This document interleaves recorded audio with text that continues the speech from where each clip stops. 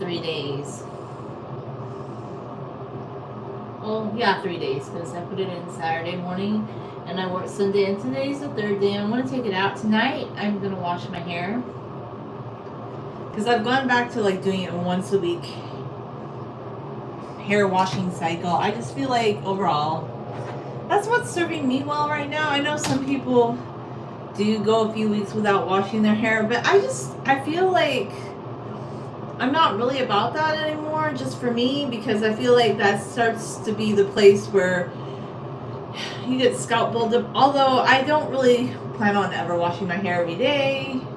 I mean, many moons ago I used to do it every other day, but that was when I was like riding a bike a lot and it was like 100+ degrees outside.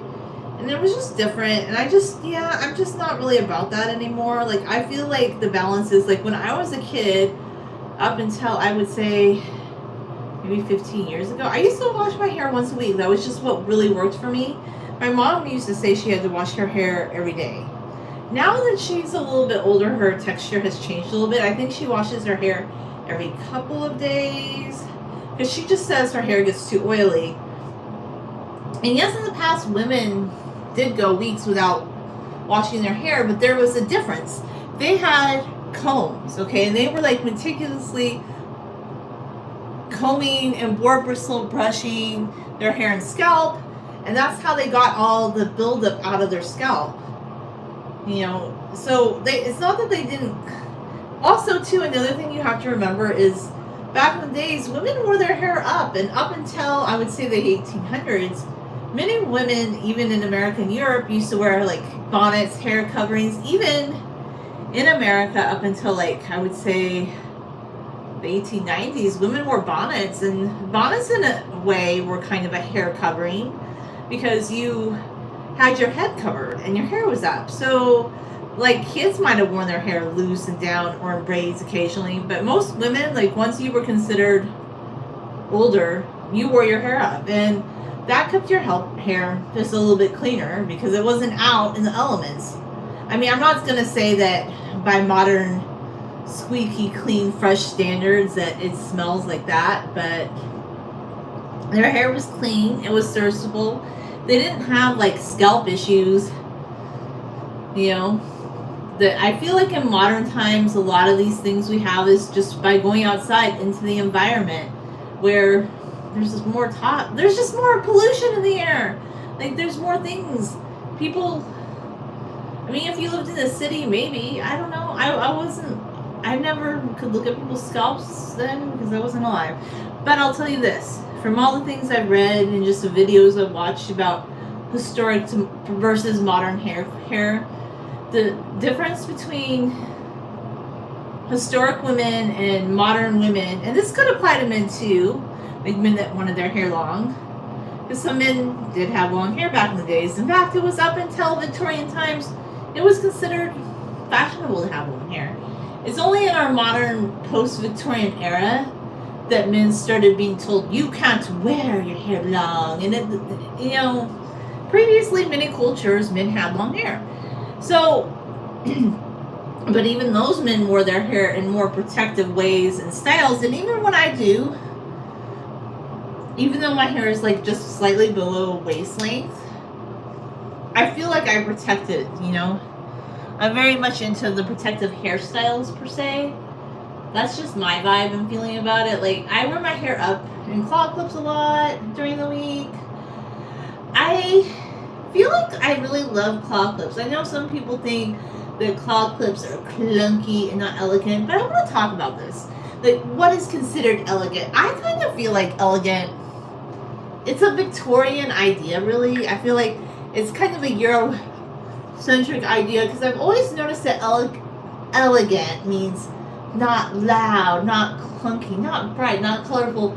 Just like the whole muted beige thing. I know a lot of people really love like the beige aesthetic and they love like neutral colors, but like if you go to the Middle East or India, people love bright colors, and even in Europe people used to love bright colors, but it just seems like in the post-Victorian era this emphasis on neutral colors and a neutral palette. Beige used to be considered boring, but now it's like everybody wants really monotone, beige, non-bright colors. And there's some people that used to tell me because I wore bright colors, I was bold. I'm like, that's weird. I just love color. And at heart, I love to paint and draw when I actually make time for it. And I just love color. That doesn't make me bold.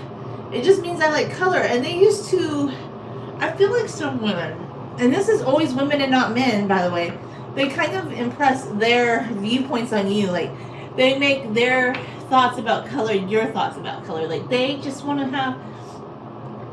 But the whole claw clip thing, like when it came back, I noticed a lot of people were riling against it because not that claw clips were an invention from any culture, specific culture, but they tend to be bright and bold. And some people, they seem to hate how in the 80s and the 90s, like bright and bold was a little bit more celebrated, and they just want really subdued, and they want small hair clip that you don't see, and they call elegant something that's not big. And I'm like, I don't know, like that's why I've never been a fan of the word elegant, because the only time I've really seen it used, it's used by women that want to be very minimalistic, and they kind of want to be hegemons and like impose their ideas of beauty on other women. So I'm not against the word elegant. I do think elegant can be beautiful, I guess, but I just never use it that much just because I think beautiful is more beautiful than elegant. Just in my opinion, there's nothing wrong with elegant, but just the way a lot of people use it, it's kind of to chastise somebody that might like color more, might like bolder things more. And I don't know, it's not my thing, you know? Like, I like bold and bright things, and I like claw clips, and I think if you have a choice between just like a hair stick and a claw clip, I would go with a claw clip every time, because claw clips just hold your hair up better. But there's a specific type of claw clip. Like, I feel like after a few years of using claw clip hairdos, and unless you're doing like crown braid claw clip hairdo, any kind of clip really works, but for my hair, because I have a lot of it,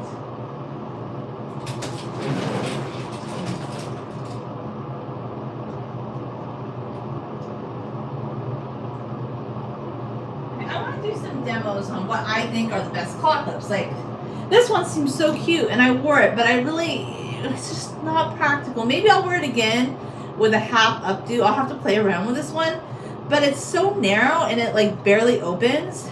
As opposed to this one, I have a lot of hair, so I actually need two. But this one, it opens really wide.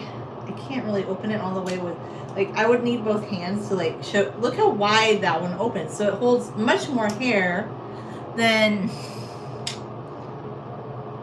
thank you, than this one right here. Okay, so this one is a beautiful clip, but it's just not quite as wide. And I love how it has a bow. But I think I would use this more for a half updo. And I love this claw clip too. It's very beautiful and sparkly. But if I wear this one, I need to like, and I'm just putting my hair up in the back, I need to put this one first for anchorage and leverage. And this one, just if you have a lot of hair, I find some people might think that this one would hold all their hair, but really, actually, it doesn't have like teeth on the inside that really can hold your hair. If you look very closely, it's beautiful, but it's not going to hold all my hair up. Whereas this one, even though it's not quite as wide, it has slightly better teeth. But in the future, when I buy more claw clips, I'm going to buy more small ones, like that are not small, but they open wide, and wear two of them, because I feel like the two placement of the claw clip is very beautiful.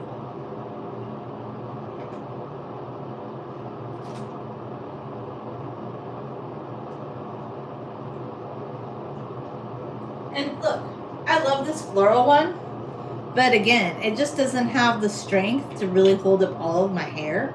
Now, if I wrap my hair a certain way, yes, it will hold it up, but I find my hair slides down a lot, and I don't want my hair being slippy whippy. This is why I don't like hair sticks and stuff like that, because it's like a slippy whippy thing, and people are like, oh, it's a learning curve. I want my hair in place so that I could go on a roller coaster upside down and it stays in place. Like, if I want to wear my hair up, that thing better be solid as a rock.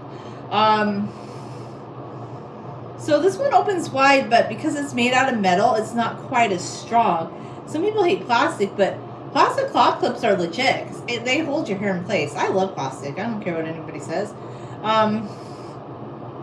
This one's cute, and I do love these hair clips, but to me, they're more like accessorizing the hairstyle. Because I wore this one the other day with this one, and everything slipped down, and it looked beautiful, and I got a lot of compliments on it. But by the end of the day, I just felt my hair was kind of rolling around a bit. And then with this one, I felt like with wavy hair, it kind of gets stuck a lot, and you have to unwind it. And it's a beautiful clip, but I just feel like I would have to play around. So I've decided, like with updos, I want to get back and doing like the crown braid updos. I really need to do one of those again one of these days. But if I don't do them, the best kind of updo for me, I feel like, is one where I wear it in the back in a braid, just clip it up, but with two like floral clips. And I like that it's kind of bold. It doesn't have to be like minimalist for me. Minimalism is not all that. I'm not saying that I'm always maximalist, but yeah, I kind of like color and I like bright things, and that shouldn't bother anybody. Like what you like is not really like if somebody likes what you like, they can compliment you on it, but if they don't have to wear it. Like I have never went out of my way if somebody was wearing something that wasn't for me to tell them, oh, yeah, that might look nice on you, but I don't like that. It's weird. Like, it's so weird. But things that have been just very normalized in our culture, it's not, this is kind of why I think the younger generation is just getting it, though, because I feel like things that I just always thought were better, like more accepting of people, have become more the norm. Whereas, like, women, and my mom was never like this. I was more like my mom because my mom raised me to be like this. Like, but a lot of women in my mom's generation, like, they used to tell their women that they should have short hair, and past a certain age that they need to bob their hair. And I remember my mom, like, it's lame. It is so lame. Like, my mom was in her 60s and she wanted to have long hair. Not of anybody's business, but some lady told her she was a hippie because she didn't have her hair bobbed. I'm like, you know what? If you, as a woman in your 50s, wants to bob your hair, or 40s, and you think that that's the best style for you, be good with it. But I don't think you need to project your feelings about hair on other women. And it's always women that do this. It's never men. I don't see men doing this as much. I mean, some men might, but usually it's women. Like, we talk so much about individuality and self-expression. But as a whole, if somebody just, and I've experienced this, it's getting better though with the younger generations, Gen Z. You guys kind of have this stuff on lockdown because you learned from a young age that people should be who they are. You're not out to just criticize anybody that doesn't look exactly like you. And I think you need to respect women and respect men and respect each other. I don't know. I feel like Gen Z, they do that a little bit better though. They just do. Whereas people of my mom's generation, it just seemed like if you weren't dressed like they thought you should be dressed, like, and this is why I think it's so funny. Like, everybody now is saying, look, I'm not a triad wife. I'm a single woman. And I love to wear dresses. And I'm not Gen Z. I'm a little bit older than that. So, yeah, I love to wear dresses. And I like to clean my house. And I love to cook.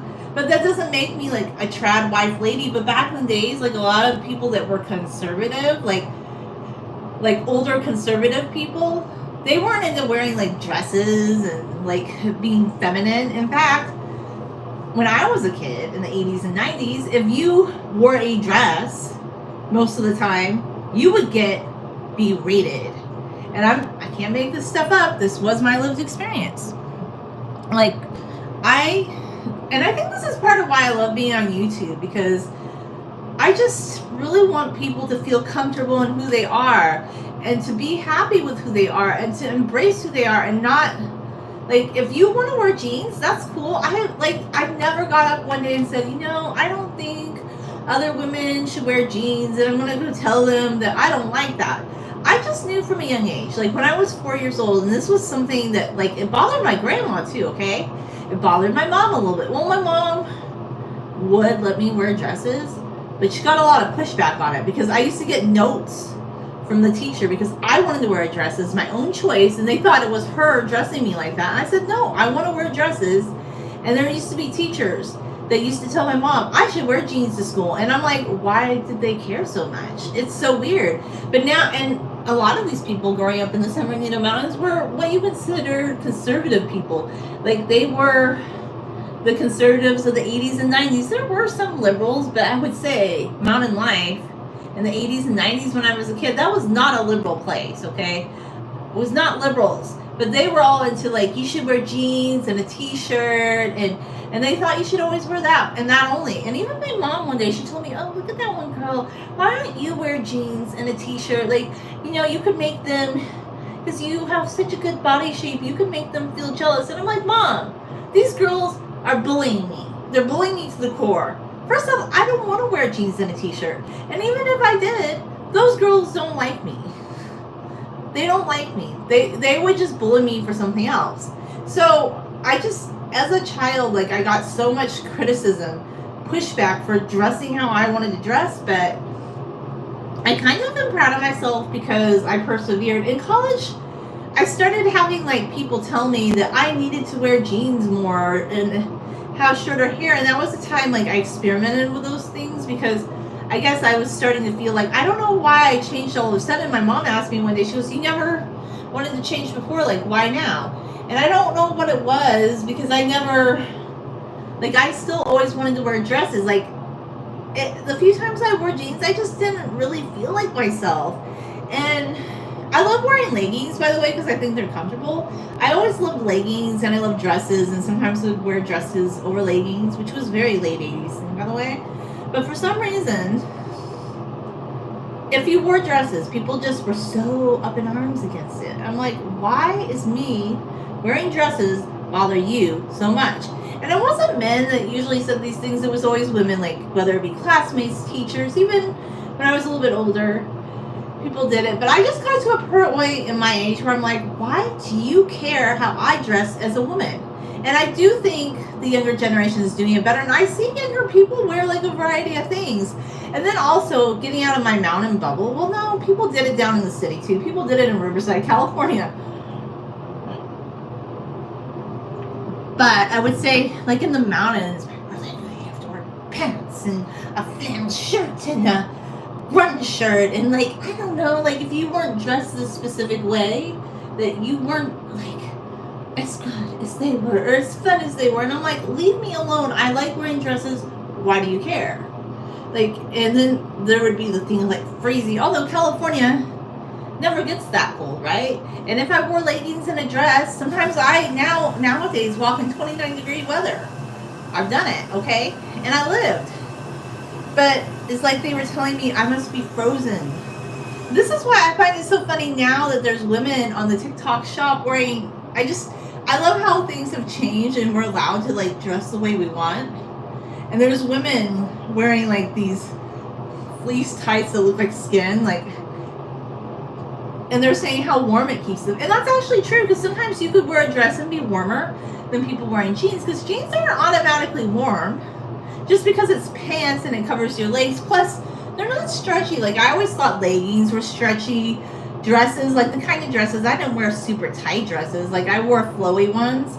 They're flowy and stretchy, and it's more comfortable than, like, jeans. Like, do you go home and want to cuddle on the couch wearing, like, jeans? Maybe. I don't know.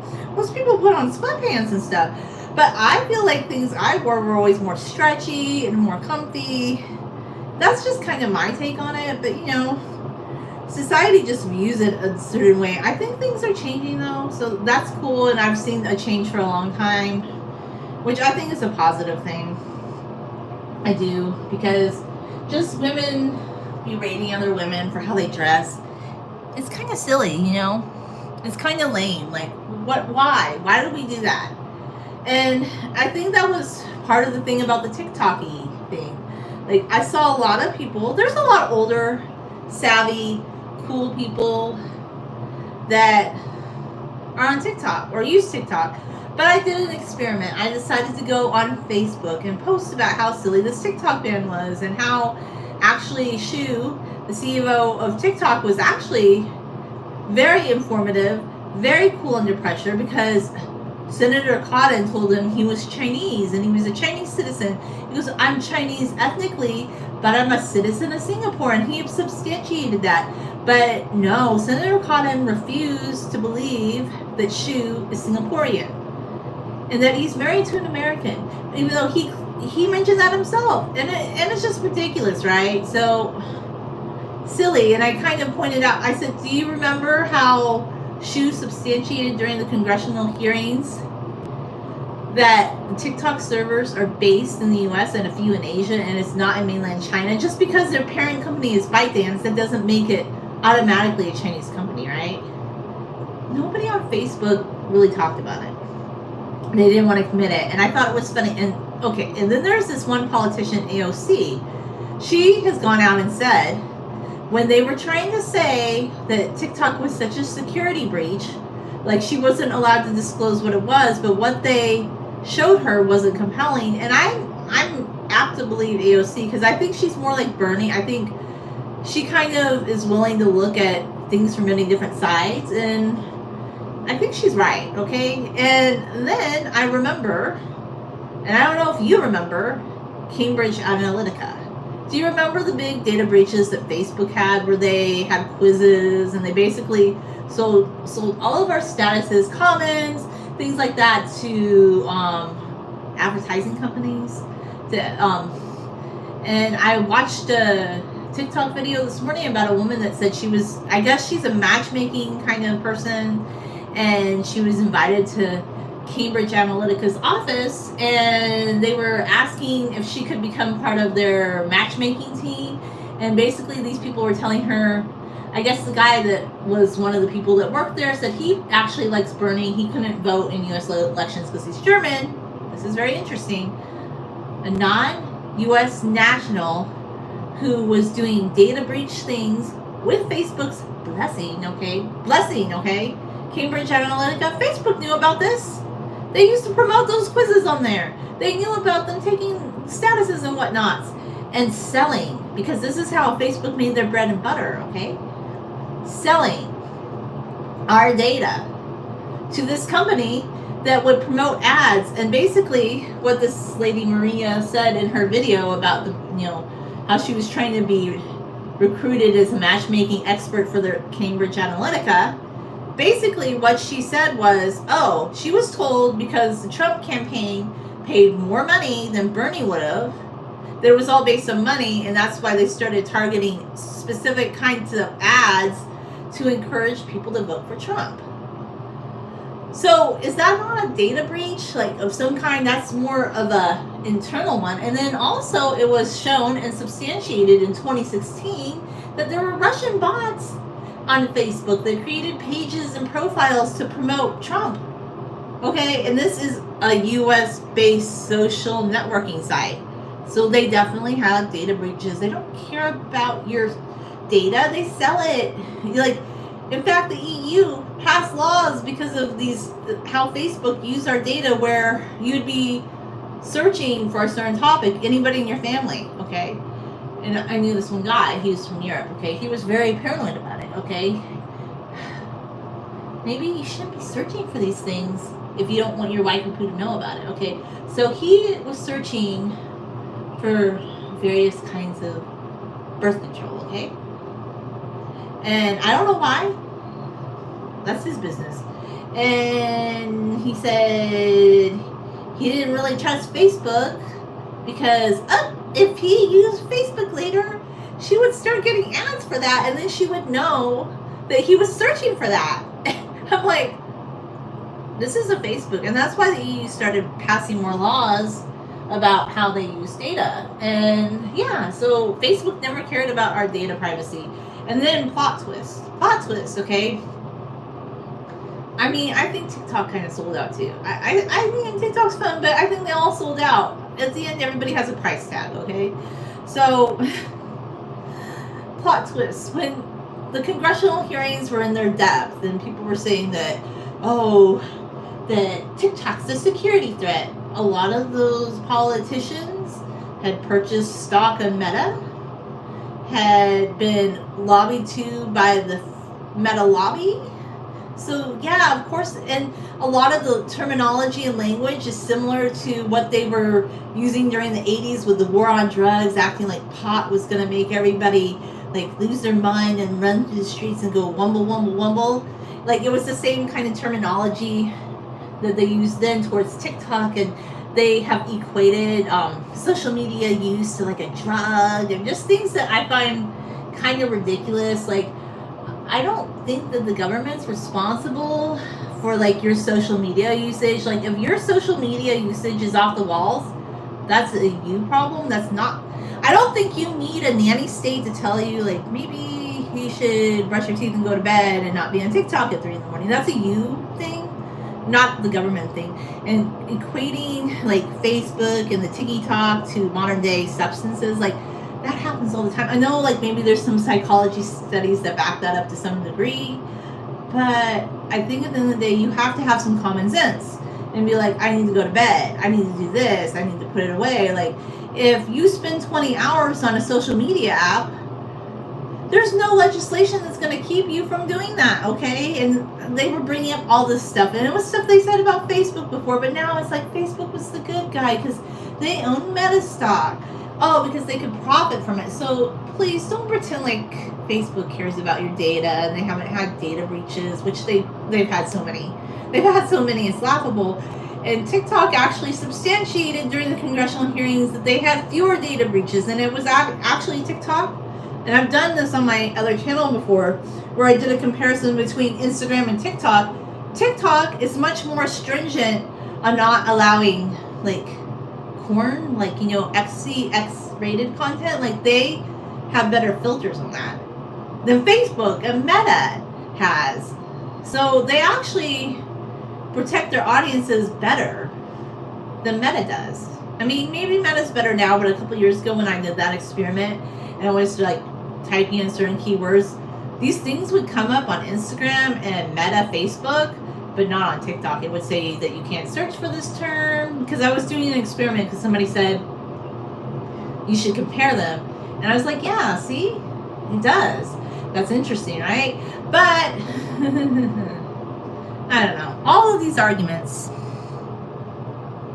You like my nose. Thank you. You like my nose. I like my nose too. I love my nose. Anyway, at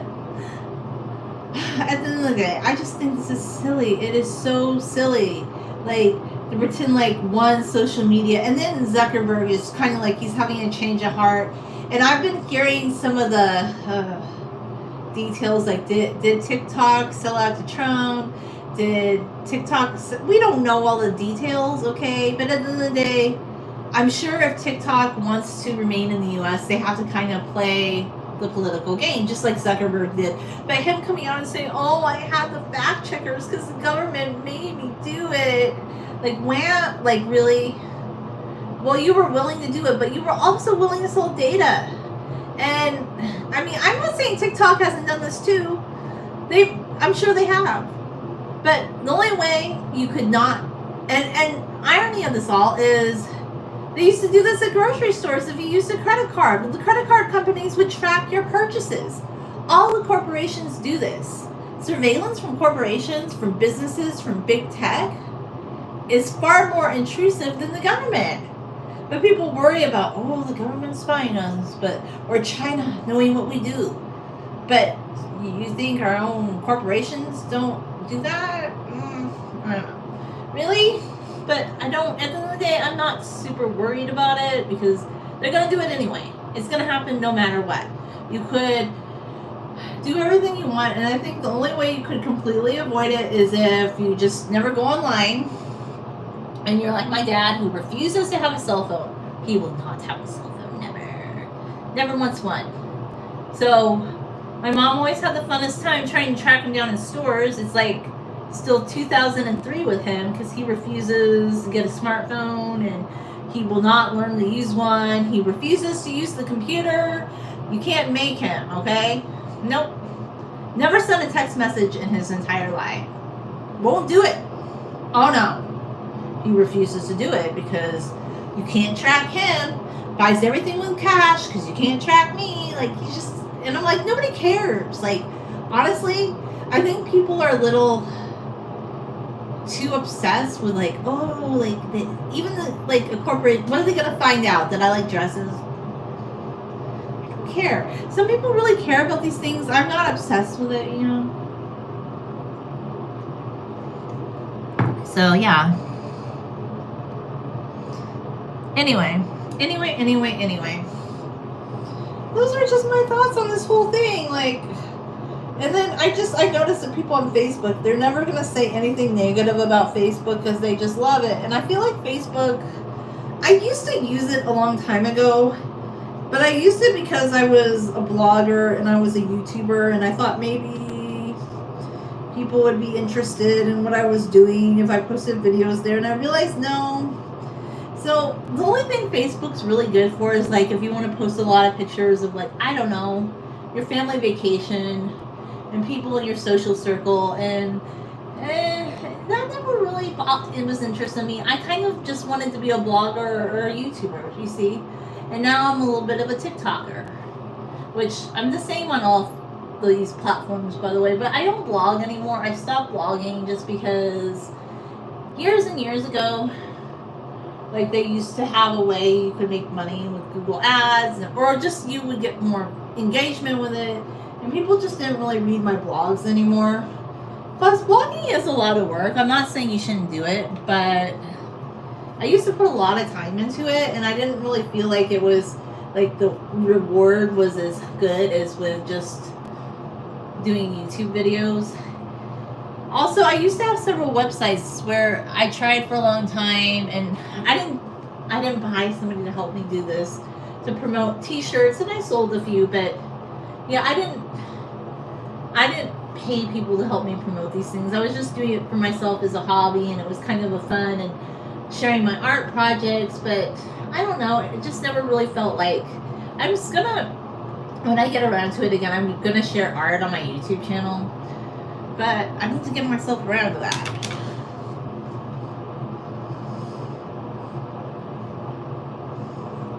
So yeah,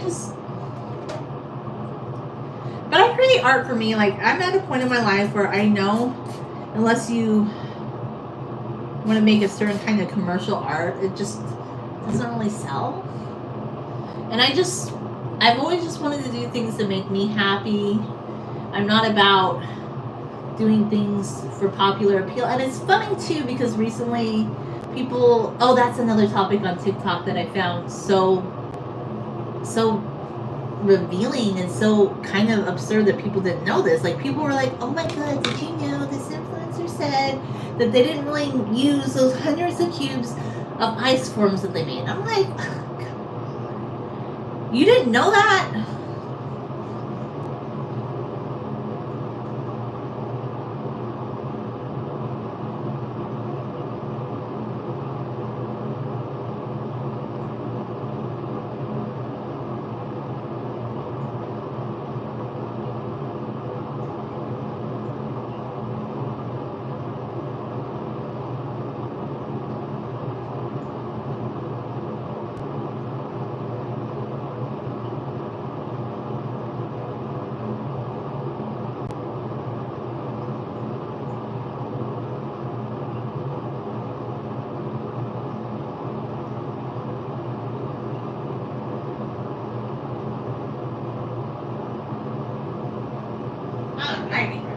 I'm back. So yeah, just people were so funny.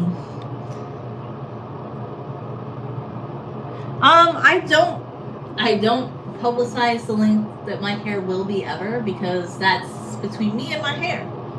And I just decide to grow my hair, and I don't commit. Like, I think that a lot of people think that this is something that people are going to be like, this is the length I have planned on, and I'm going to tell you about it. You'll never know. I'm growing my hair long, but I'm not guaranteeing anything on specific length. And I'll tell you why. Because if I don't do that, I'll get pushback, and I'm not about that. Like, a couple of years ago, I should have research better, like when I had a little bit of a scalp, because my hair is the same length as it was 2 years ago when I had, and I never had like scalp issues in the past when I was younger. I just didn't have that, okay? And I kind of was feeling like I was getting buildup again, and then I just bought like clarifying shampoos and it clears it up. Or I even tried Dawn dish soap again recently, and I kind of got to the crux of what it was. I feel like maybe I can't say 100% what I think it is for sure, but I think a lot of it is linked to not using enough clarifying shampoos on my scalp, and maybe just like, I don't think going a month for me personally, like maybe some people that's really good for their hair type and scalp, but for me, I don't think going a month without washing my hair is ideal.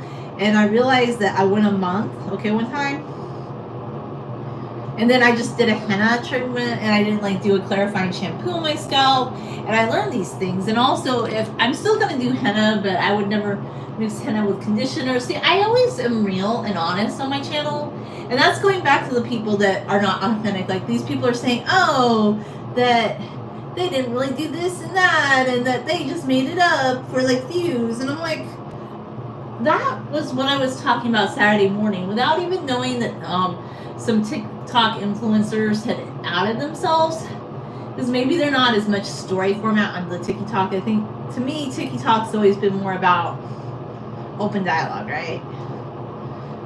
Whereas YouTube, some people would really like, okay, so I used to do a collaboration with this person, and I was always getting spammed over it, like by her diehard fans about why I stopped doing it. She's never gonna apologize to me for things she said.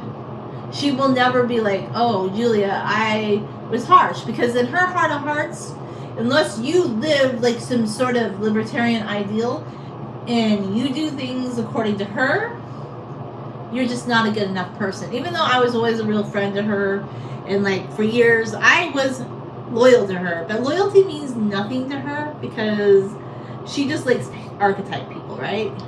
So I thought, you know what, I should have known that 3, 4, 5 years ago about her, that she values an archetype over a person that's loyal, because she always used to kind of subtly disparage me all the time, and she wanted me to take it, but I'm not going to take that. I'm not going to take it, because that's just not fun for me. And I was always nice to her. Like, I never disparaged her. I always wanted her to do well. I always wished her well. I didn't agree with her politically, but I was always like, I want you to succeed. I want you to do well on YouTube. And I would come up with these ideas. I'm like, why don't we do this?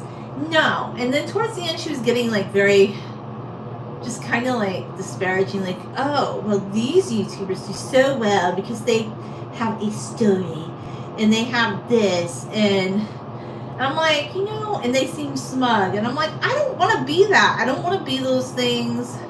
I don't want to like pretend with my audience like I do authentic.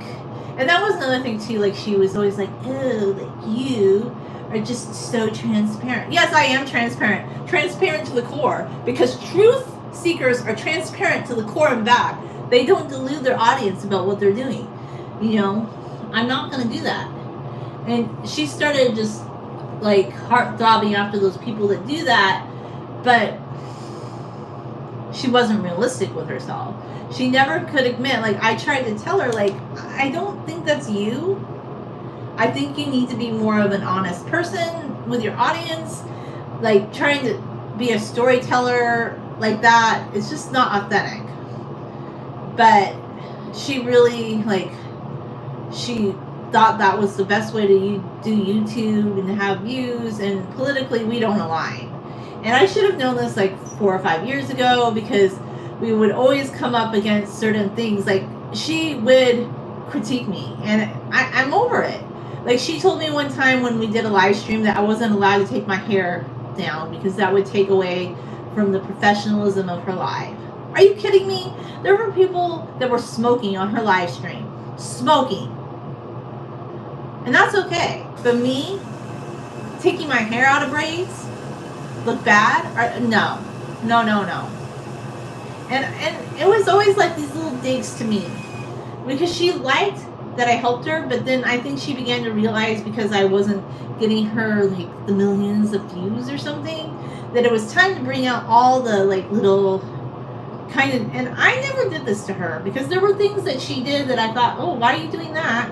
But those things were okay, and I would never tell her those things, because personally, I'm not here to dig on people. But she likes that, and that's who she wants to be, right?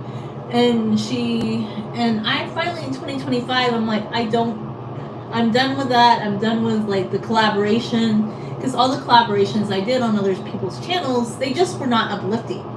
And she will never like apologize for those things she did, because according to her, oh, if you aren't like living this political persuasion, you can't be a good friend. So basically, she dumps all her friends unless they like, and I feel like she does this every few years, where she kind of has to like and publicly do it, and then she's like, but nobody knew because I didn't use your name. I'm like, well, obviously they knew you were talking about somebody.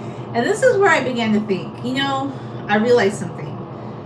Collaborations are not for me. They're for people that really love like this back and forth and the spilling the tea culture. And I'll just talk about the things that she said to me that I just didn't think were fair.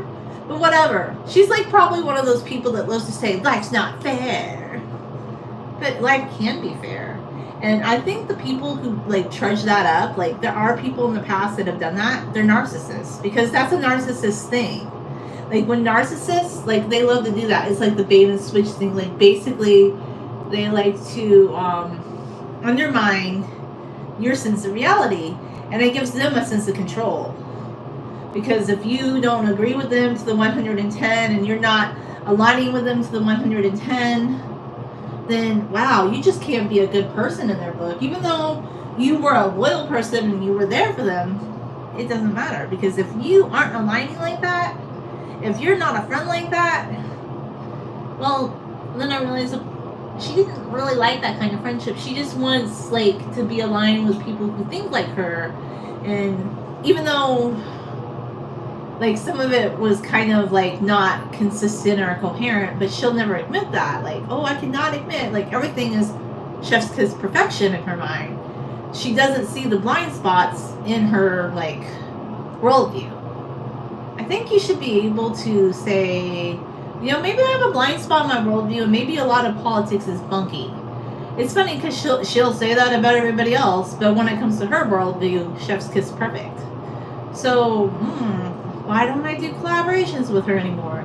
Because I'm not interested in being somebody's micromanagement project. I'm not interested in somebody making subtle comments about how I didn't do this and that right. And also, too, one of the guests on her show, I didn't like how she was trying to get me to try and make her do things a certain way. That wasn't cool with me. And that lady would never comprehend or understand or see that.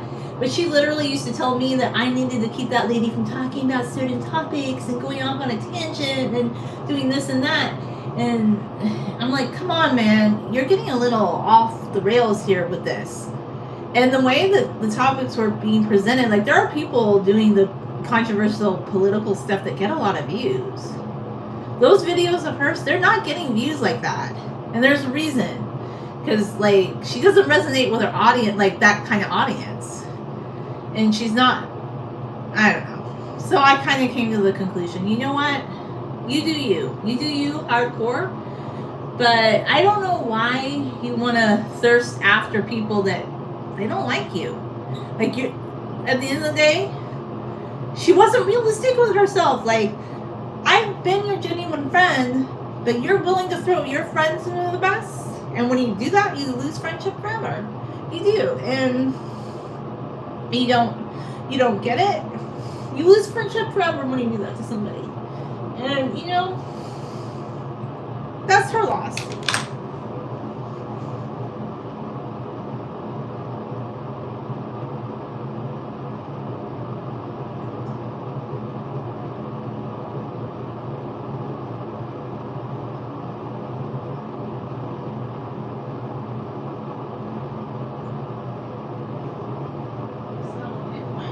Yeah. That's why I don't do collaborations anymore with people. They just aren't worth it to me. Like, I would never recommend collaborating with somebody unless you know them in real life. Like, in real day-to-day life. And you guys really, like, I hate to say, like, I'm not saying that you need to be an echo chamber. But if you're doing, like, a video collaboration, I could see, like, an occasional interview in that. But if you're an introverted person like me, I wouldn't really recommend collaborations because a lot of them go downhill, and a lot of people that used to collaborate with each other, they were just doing it for the views or to see like what they could do to make their channel better. But yeah, when you start throwing people under the bus like that, and now I'm over it because I'm like, you know, I think I knew in the back of my mind years ago that there was always that conflict and that we didn't align in certain crucial ways, and I should have let her go. And she never really respected someone like me because according to her, like, people that wanted to do acts of service or people or be empathetic, she thinks they're not real. So, or she thinks that they're fake and she's more real. So I should have let her just be among her own kind of people who have a hard edge and who like to like smoke on camera, but that's professional, and me taking my braids out of my hair, not professional. But she can't read a room like that, you know? Or she does, and I think she just wanted somebody she could kind of do a narcissistic trip with. And I realize this is something within myself too that I need to be more aware of. Like, when people, because I think in the past I was a little too wanting to like, and this is where I talk about political dialogue. I think we should be friends with everybody and accepting everybody, and I don't have any, like, I don't want bitterness towards anybody and their political views, because honestly, I'm at a point in my life, like, I think we should be humans first and not let these politicians rile us up like that. That's my true belief. But at the end of the day, when it comes down to it, there's a lot of people, they just don't like people. And this is both a Trump thing, a Kamala thing, a left thing, a right thing. They're both doing it today. Trump did it in his inaugural speech. I heard some of the things he said. It didn't feel like, I know he's saying that he's trying to be unifying, but there's certain things he said that were not unifying. I'm like, oh, that terminology. But the Democrats do it too, because they would say certain things, and I'm like, politicians are not really interested in unifying a country. They like to keep people divided, bickering, and fighting over them. Because then, like, you wouldn't say, you know what, I think we need to find more middle ground. And I think that was another reason they didn't like TikTok either, because people were beginning to say, you know what, we're tired of this. Look at Obama and Trump getting along at Carter's funeral. Like, they were having a good conversation. So why are you like going to the bits against your neighbor because you guys had a different political opinion? I'm not going to do that. So at the end of the day, but with that being said, I'm also at a point in my life where if somebody makes their whole identity politics and wanting to only be like surrounded by certain people, or just letting me know on a daily basis that my worldview isn't as good as theirs, like, or isn't aligning with them, and I don't even believe that anymore. Like, I don't think like this specific person's worldview is better. I really don't. Like, I know she might believe that in her heart of hearts, but I just think it's very narrow. Like, she wants that. Like, she really, really wants to just only be aligned with certain kinds of people, so she got her wish. But I also realized in my journey on YouTube and TikTok or anywhere, that just means that I focus on doing my own content, you know? Like, my own content is about me. Like, I am not here to like collaborate with people. And that was a big thing. I think introverted TikTokers, introverted YouTubers, were not into the collaborations. Like, we just want to do our views. So I'll talk about hair care, but more like for people that want to grow their hair long, not for people that think I have like a specific length I'm sharing. And I'm also going to do some education on how men who like long hair need to let women who have long hair lead. Because in this topic, the women lead, okay? You're welcome to appreciate our long hair, but you need to also understand that long hair is according to our terms and not your terms, not your idea of like what we say about the length. Like, we will do what we want with our hair. We will grow it long, and I love long hair. And I have no problem. I think men who like long hair are cool, but the ones that really like get a big welcome on my channel are the ones that are like, I like what you're doing with your hair. I love long hair. I think that's cool. You can come here and that's a safe space for you, but you have to understand I'm not going to be like telling you a length that I'm achieving, because that's not what my channel is about. It's about growing my hair out again because I want to have super long hair, not to have like a certain length, like because you think that's like really exciting, right? I don't know. Like, that's what my channel is really, really, really about. And some people get it, but a lot of times there are also men that are growing their hair long. Like, the men that get it the most are men that they're kind of like, or they have grown their hair long. Like, there's this guy Ed on Instagram, and I'm not a big fan of Instagram, but he made Instagram better because he had long hair for a time period, and he knew how to French braid and do those things, and he knew what it took to grow his hair long. And I think he cut it recently, but he's really cool, and he knows how to style women's hair. He's not just on the YouTubers saying things like, oh, I want to touch your hair, and like, what does it smell like, blah, blah, blah. Like, no, like, he learned about hair, like, really learned. He learned things because he grew his own hair. And I thought that was really awesome. Like, men that are growing their hair long, they usually get it a little bit more. They just do. Like, I'm like, wow, they get it. Like, because there are men, and some men are very, like, you can be any kind of man, really. And they've grown their hair long, so they get it. Like, they're not the ones making the comments like, ooh, what length is your hair going to be? You know? But that's just my take. I'm not against, like, people saying, oh, I like long hair. I'm just like, I'm not here to give a certain length. But I guess I go on little tangents. So that's my tangent for the day. Like, I guess I just have always been an honest person. But honesty isn't always applauded in our culture because people they don't really love transparency. They want theater. But I'm not theater. I'm just myself. And I will always be myself all the time. But for me, YouTube, TikTok, this has been like a healing journey for me, because I realize by just getting on here and sharing things that I care about and telling people I want to be myself and you should be yourself, I feel like it's been a healing journey, because it allows people to have this motivation to actually be themselves and to not be pinned in by like things that other people thought that they should be. And I know some people are going to be like, oh, but you can't let the past like dictate who you are today. But you know, there are some people that have had to overcome like really horrible things that were said to them. And I know some people are like, oh, but you should just take it like a champ. But I feel like in a good society, in a good culture, women wouldn't berate other women, men wouldn't berate women, men wouldn't berate other men for who they want to be. Like, just let people be who they want to be, but on the same token, like, you need to let other people be who they want to be. Like, somebody wants to wear a sports jersey, I'm not like going to criticize them for doing that, but on the same token, you can't throw a conniption fit because I don't want to wear a sports jersey. Like, it goes both ways. Like, you have to be. And I've learned it's about emotional maturity too. Like, the people that are truly emotionally mature, that are good with themselves, they don't need everybody else to mirror what they're doing. They don't need everybody else to have the same opinions as them.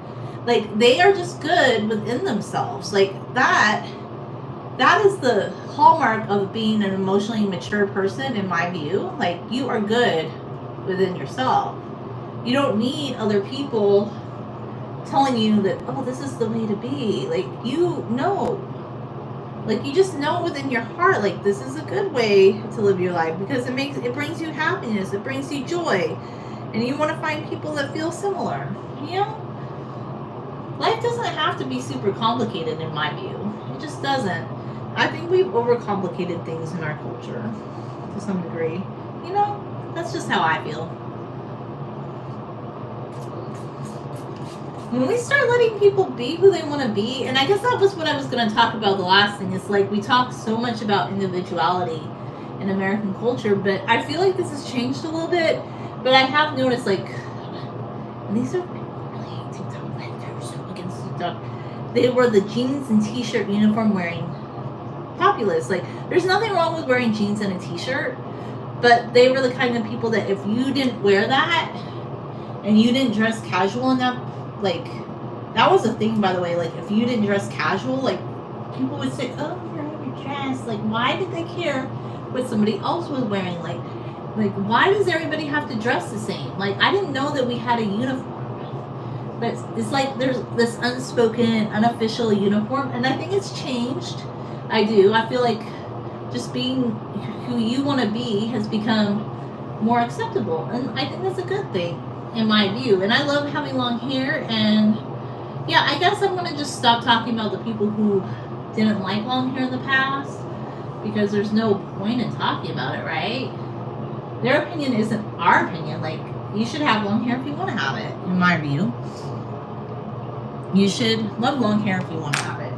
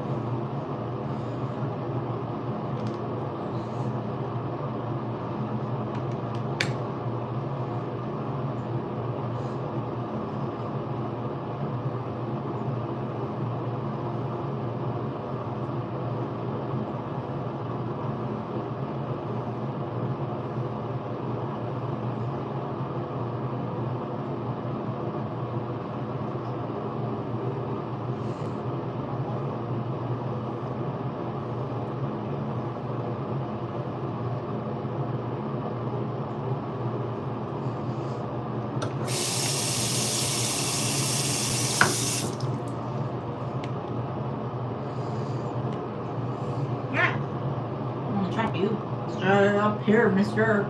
Okay.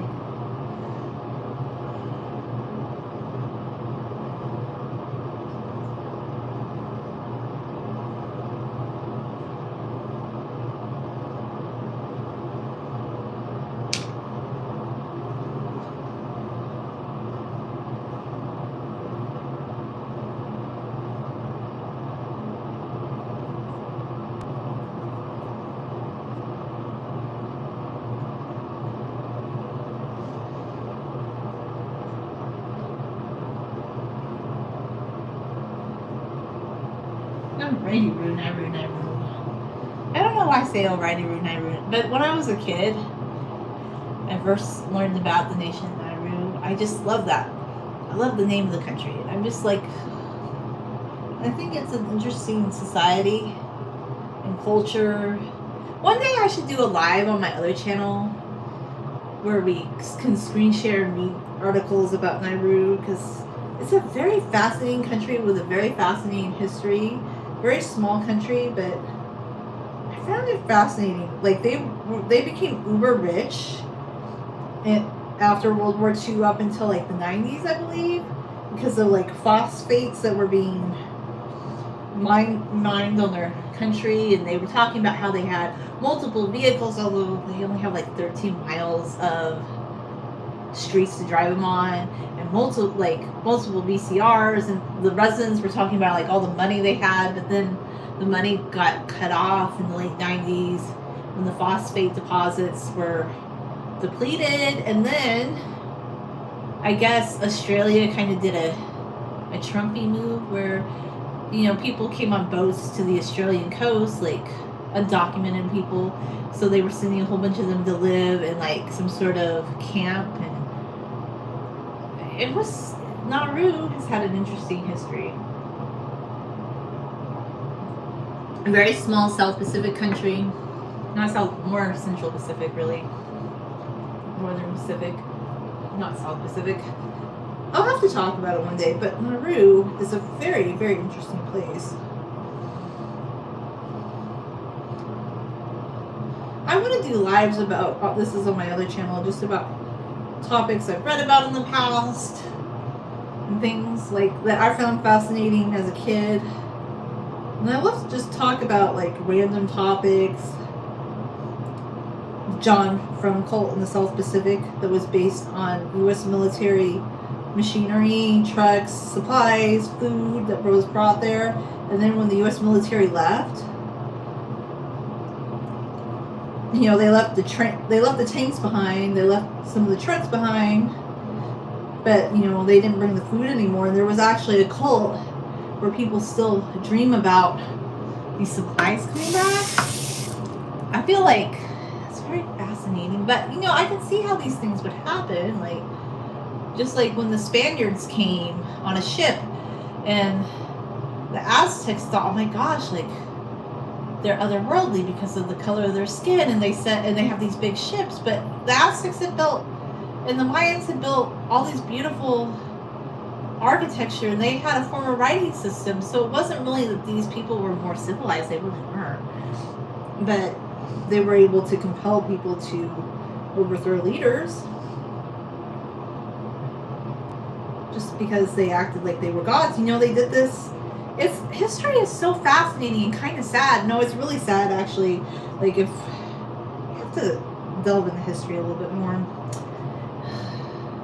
But these are the parts of history that people don't really talk about, because it's not about like the victors, and I don't even think these people are victims. I think they just have been put in bad situations because of different events, and being isolated sometimes is better for your people and your culture than when another country comes in and starts changing the dynamic.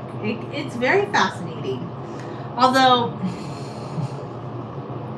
with the John Frum cult, they thought, in Vanuatu, they thought, oh wow, like this was so wonderful. So sometimes it can be good, sometimes there can be effects. Like, it's interesting. History is interesting like that.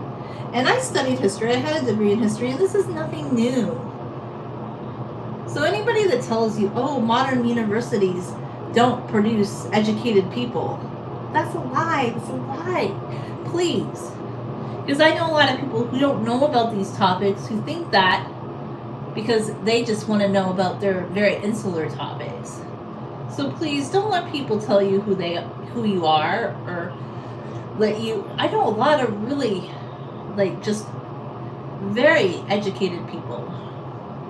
I'm so tired of like the fallacies and things.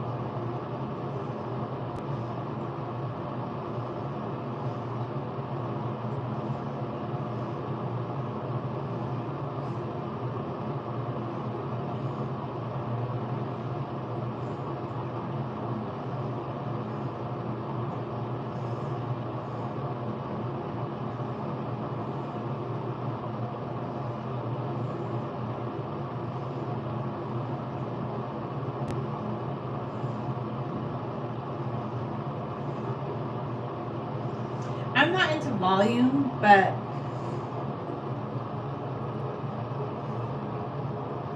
people who like more voluminous braids, the 3 braids in a braid just makes your braid kind of look bigger. Like, I think people, I'm not like the whole volume thing, it's not really my thing. It just isn't.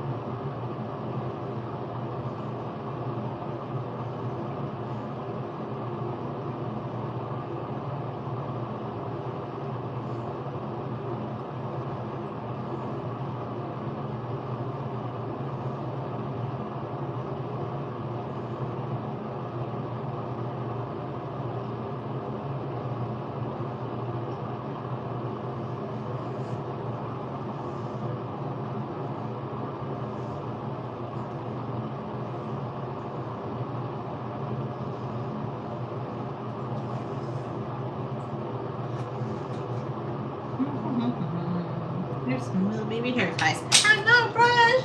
I didn't mean to make you fall.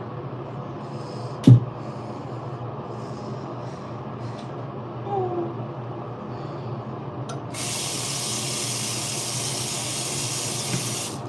A nice little bath. You can sit on his little drying area.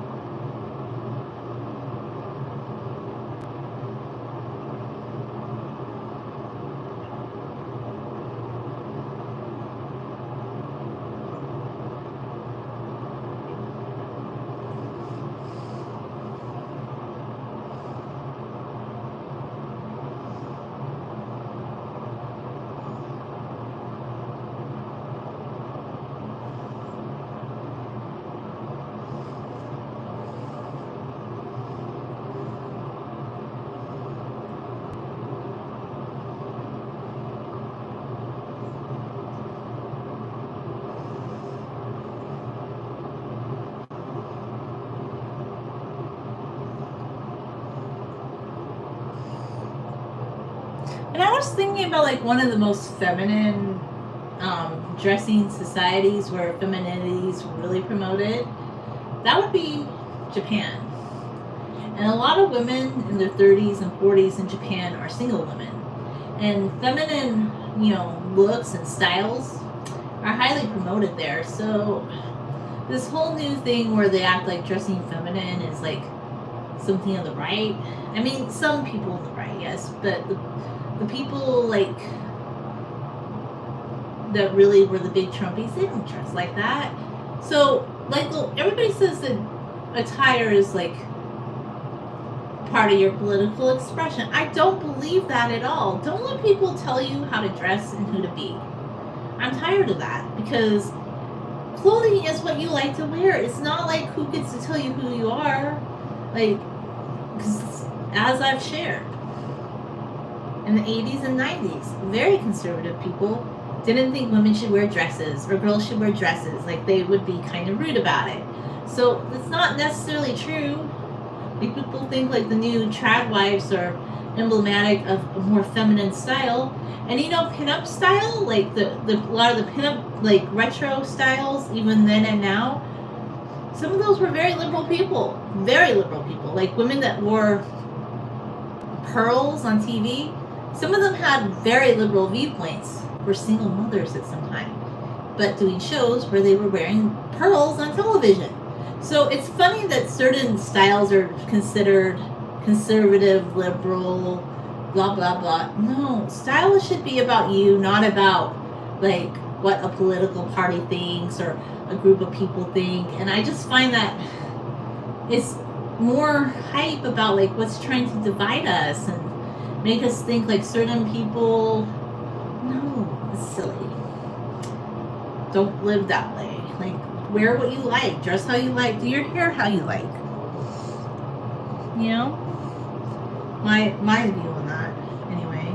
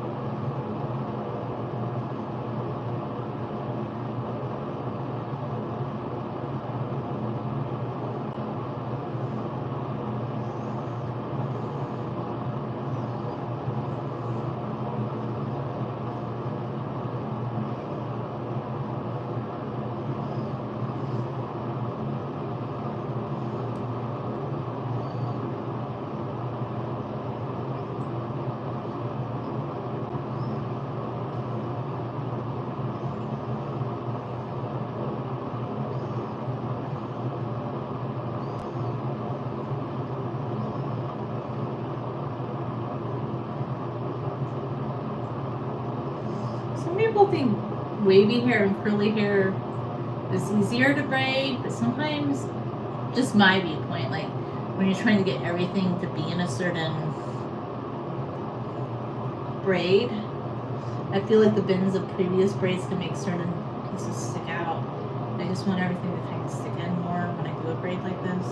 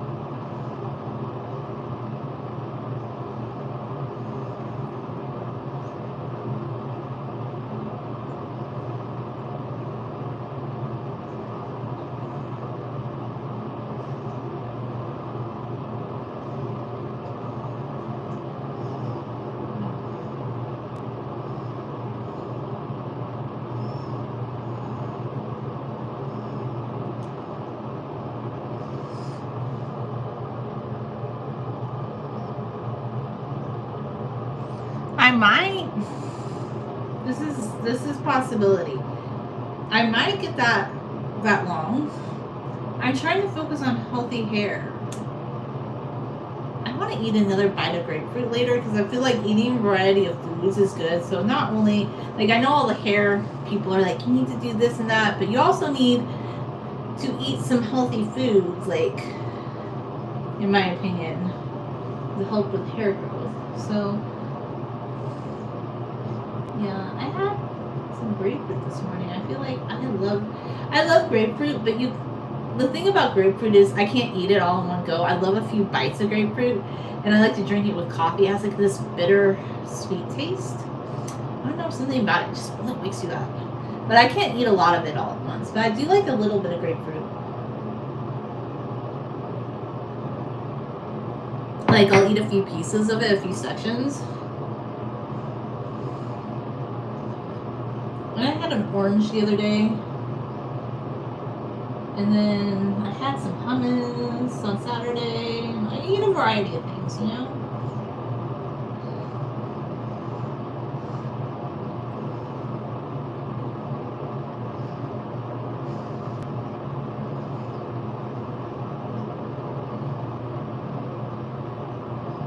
But, you know, of course some of it might be genetic because my hair does grow fast, but I still think you have to take good care of your hair to help, right? Be careful with your hair. Be gentle with your hair, you know? All those things. All the good things.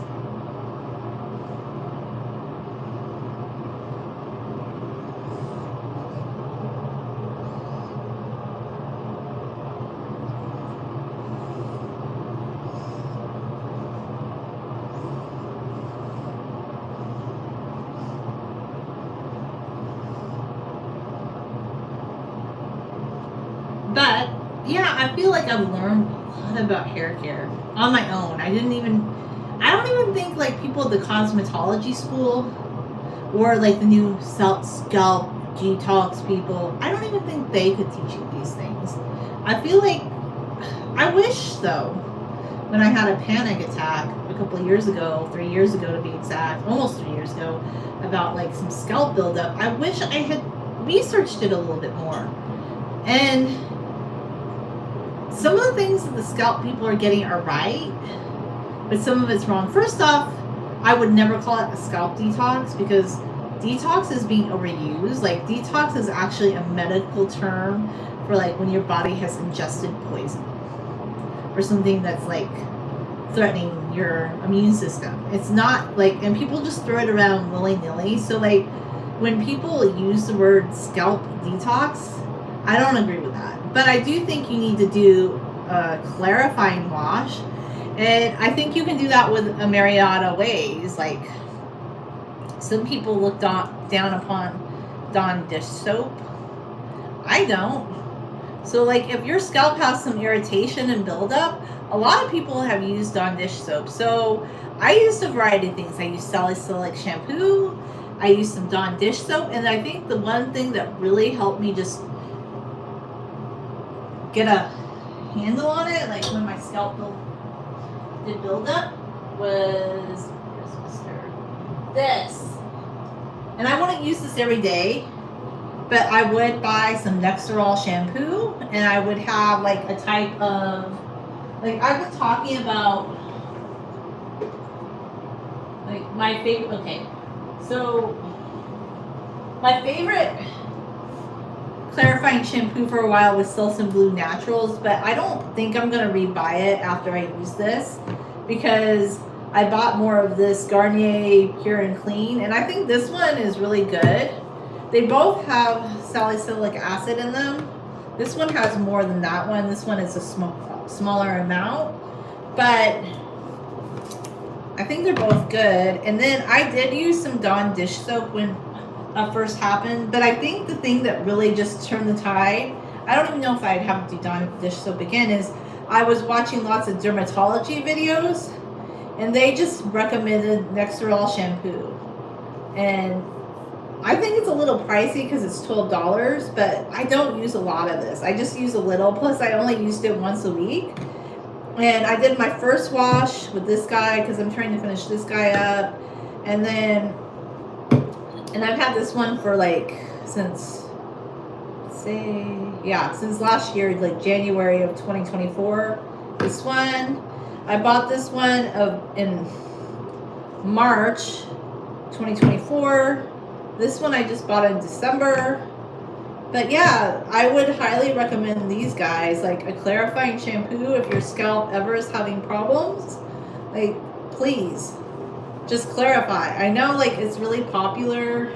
A lot of people really love to talk about how you should just wash with conditioner, and I tried that. And I don't recommend that really for anyone because honestly, a lot of people end up having problems, and I attribute that to when I started having problems with my scalp, was when I was getting on the bandwagon of let's wash with just conditioner, and I'm like, no, that's a big mistake. Don't do that. I know it might suds up a little bit, but it doesn't have enough surfactants to effectively clean your scalp. So unless you're going to comb your hair like the way that women did in the 1800s, like every single day, very meticulously, and do that very meticulous hair care method, washing your hair with baking soda, washing your hair with like just water, like I don't recommend those things personally.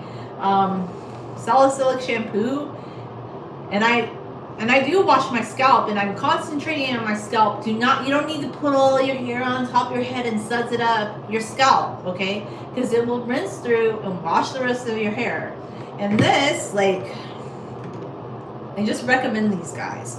So like if you're having, you don't even need to go, like, all those scalp detox thingies, you don't need to go there, okay? Like you don't need to go to those places. Like a lot of people can't afford that anyway. And one of my concerns is something that's becoming really popular, and I'm finding it a little concerning, and I don't recommend it, is like putting combs on your scalp and like scraping that stuff off, because I believe that's going to damage some of your hair on your scalp. And I think people are getting like too aggressive with the scrubbing, whereas I don't know, throw some Dawn dish soap in there, because that stuff will suds up. And I just think like people are so worried about the amount of shampoo they're using, and I'm not in that camp. I'm like, I'm gonna use shampoo and get it sudsy. And I know some people are like, but sudsing doesn't work. But I feel like washing your hair 2 or 3 times, concentrating on your scalp, that stuff's good. But you know what I did before that?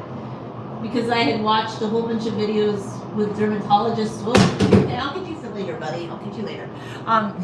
Things that dermatologists were recommending, like just my thoughts on this, okay? I was very skeptical of the scalp oiling thing, and I want to do it all the time, but I've done it occasionally. So I've been doing that with rosemary oil. I might do henna tonight. I don't know. Am I going to get around to it? I'm not sure I'm going to have time for that. But before I wash my hair, I have been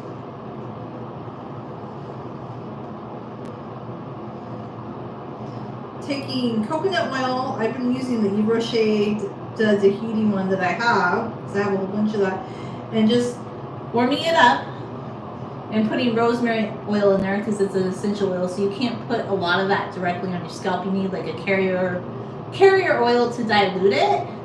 And I even put a little bit of water in there, because I know they say water and oil don't mix, but it kind of, they mix to some degree. They just don't mix perfectly, right? It just gives more volume, and it kind of gives more slip to the application, in my opinion. And I've been putting that on my scalp before I use the clarifying shampoos, and that, like the little bit of buildup that was really beginning to bother me with my scalp, I just wish I had known that 3 years ago. And I'm sure a lot of people knew that, but I like that I decided to be persistent this time, and really, maybe I should do a video on it. Really, I don't know. Because I don't want to tell people what to do, because a lot of people have very specific hair type, and what worked for me might not work for them. I do still think you need to, but that Nexerol shampoo, I would try clarifying. Okay, I would start like just using clarifying shampoos and washing your scalp and getting it really sudsy, and not putting it on all your hair, because this could dry out your hair. But if it just rinses through your hair, it doesn't seem to do that. And I felt like putting the oil on my scalp first was a good. I just was looking for advice of what dermatologists recommend online, as opposed to like having to go to a dermatologist and spend all that money. Because I know some people are like, but I've heard a lot of people have many derm appointments and then they don't give the good advice that they want. So I just found something that worked for me, and I have to say I've been super happy with that, because you want to keep your scalp healthy. Like my hair is healthy, but I want to keep my scalp healthy because I want to continue to grow my hair, you see. So you don't need to buy those. I think $12 shampoo is expensive, okay? I'm a budget girly. I'm not living the high life. So I do think $12 shampoo is expensive, but I think you can buy it at Walmart. I don't think you, or Walgreens, or wherever you shop. I don't think you need to go buy the high-end shampoos. I think we do need to clarify our scalp more. All hair types. And I've heard people that are African with 4B, 4C hair say this, okay?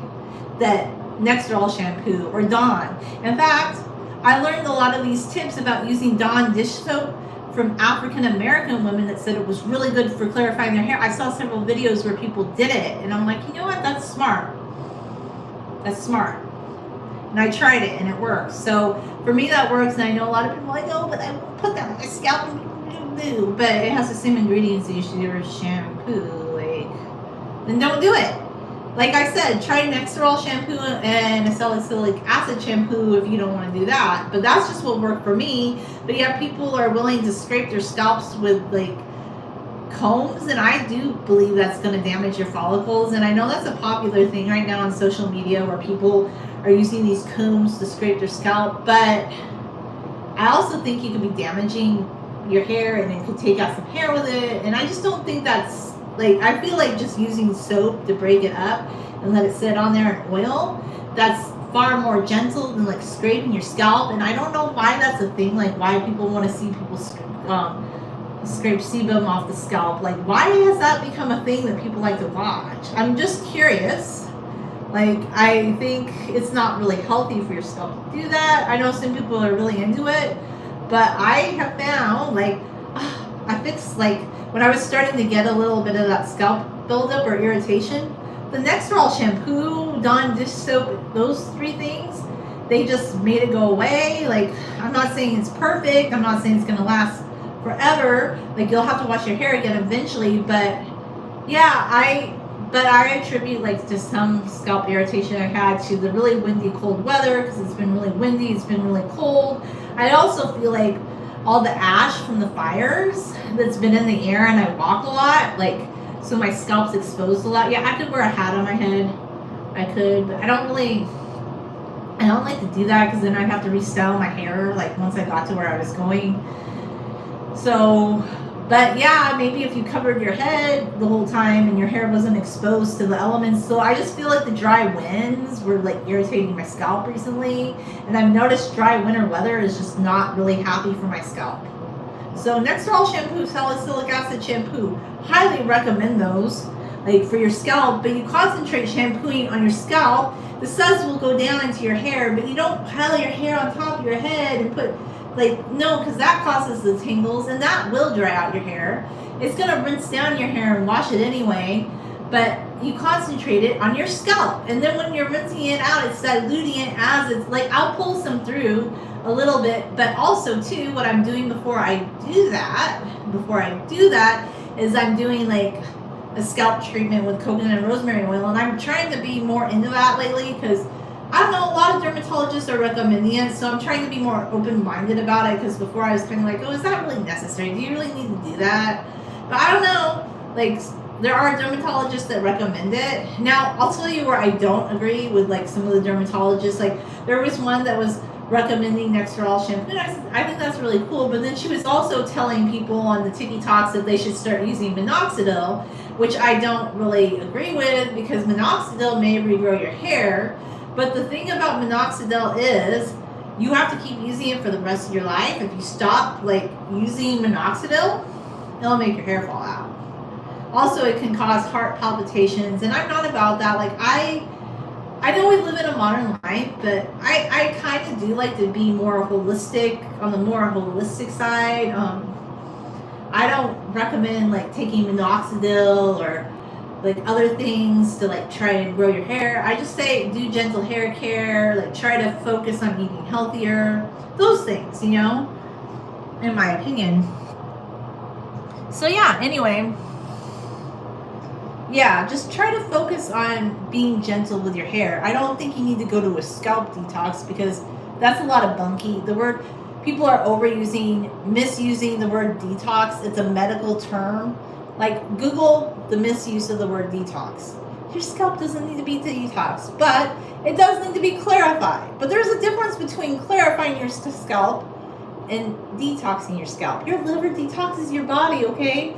Like if you're truly like needing to be detoxed, it's because your body has been exposed to like a pathogen and you need to be in the hospital. You're like, your scalp is not something that you need to go to the emergency room for. Like, we're misusing the word detox. And I don't think you need to spend like $300 to go get a scalp massage. Like, if you want to, and that's how you want to spend your money, that's fine. But I think the Nextral shampoo and using warm water in the shower, I know a lot of people are anti-using, but I love warm water in the shower. I find it when I use cold water to wash my hair, like a couple times when I did that, I also feel like that kind of irritated my scalp. I think warm water is better for your scalp, but that's just my opinion. You know, you need to do you. I say everybody needs to come up with their own hair routine that works for them, that makes their happy, their hair and scalp healthy and happy. That's my view. You need to find your own things. I can't tell you what's going to work for you. But I think we should all support each other more, let people be who they want to be. And that's kind of where I'm going in my channel and my content. I will always continue to be transparent with you guys because transparency is key. But I think the biggest key to growing your hair long and healthy is gentle hair care more than anything. Like, doing a lot of crazy things with your hair is not good for your hair health. It's just common sense. Like, using common sense with your hair and protective styling and things like that. Like, I just really believe in all that more than like the hype. But yeah, this spray, the 3 braids in a braid, will give you the thing that everybody's been like hyping up these days, like volume. I don't know why that's so important. Just do hairstyles that make you happy. Anyway, thanks for watching, guys.